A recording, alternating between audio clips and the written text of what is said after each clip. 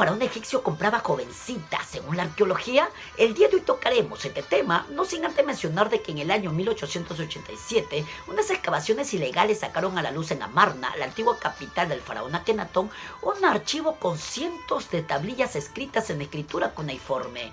El hallazgo de este impresionante archivo ha revelado cómo eran las relaciones diplomáticas entre los faraones egipcios con otros monarcas vecinos y estados vasallos del Próximo Oriente. Pero la pregunta es, ¿cómo el faraón egipcio compraba jovencitas? Según la arqueología, Génesis capítulo 12, versículo 14 dice: y aconteció que cuando entró Abraham en Egipto, los egipcios vieron que la mujer, en este caso de Abraham, llamada Sarai, era hermosa en gran manera. También la vieron los príncipes del faraón y la alabaron delante de él, y fue llevada la mujer a casa de faraón.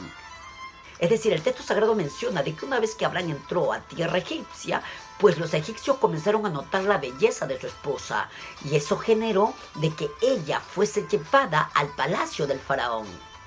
Bueno, las cartas de Amarna, que básicamente son 382 tablillas de arcilla que se consideran los documentos diplomáticos más antiguos que se conocen, a razón de que se trata de correspondencia escrita en el siglo XIV a.C. entre los faraones y sus reyes rivales, como son los babilonios, asirios, hititas y mitanios, y de cartas escritas por los reyes que estaban bajo el dominio egipcio. Y el archivo comienza a partir del reinado del faraón Amenhotep III, que gobernó desde el año 1390 al 1353 a.C., el gran rey fundador de Egipto, y también abarca el reinado de su hijo Akenatón, que gobernó desde el año 1353 al 1336 a.C.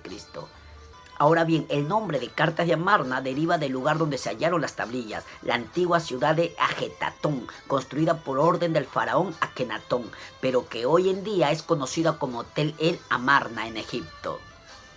En esa línea, estas cartas consisten en tablillas cuneiformes, escritas en su mayoría en acadio, lengua diplomática internacional para ese periodo, y fueron descubiertas por egipcios de la zona alrededor del año 1887, durante excavaciones clandestinas realizadas en la ciudad en ruinas y vendidas en el mercado de antigüedades.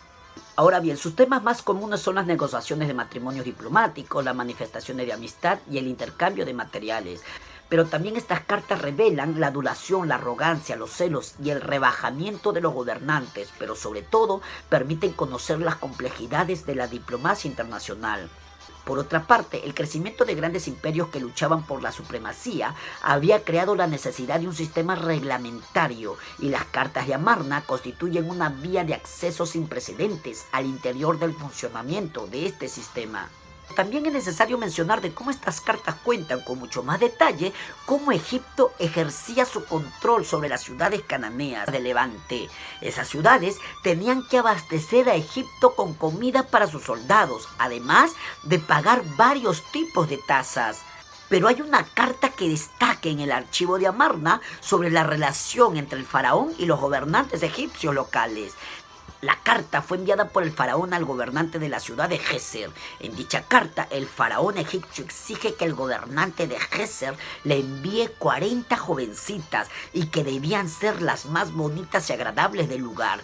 Las jóvenes tendrían que ser enviadas a Egipto. En este caso, el faraón egipcio pagó 40 veces cierta cantidad por cada mujer. Es decir, lo que tenemos aquí es la esclavitud de jóvenes blancas. Ahora bien, los egipcios exigían que se sirvieran jovencitas cananeas en Egipto.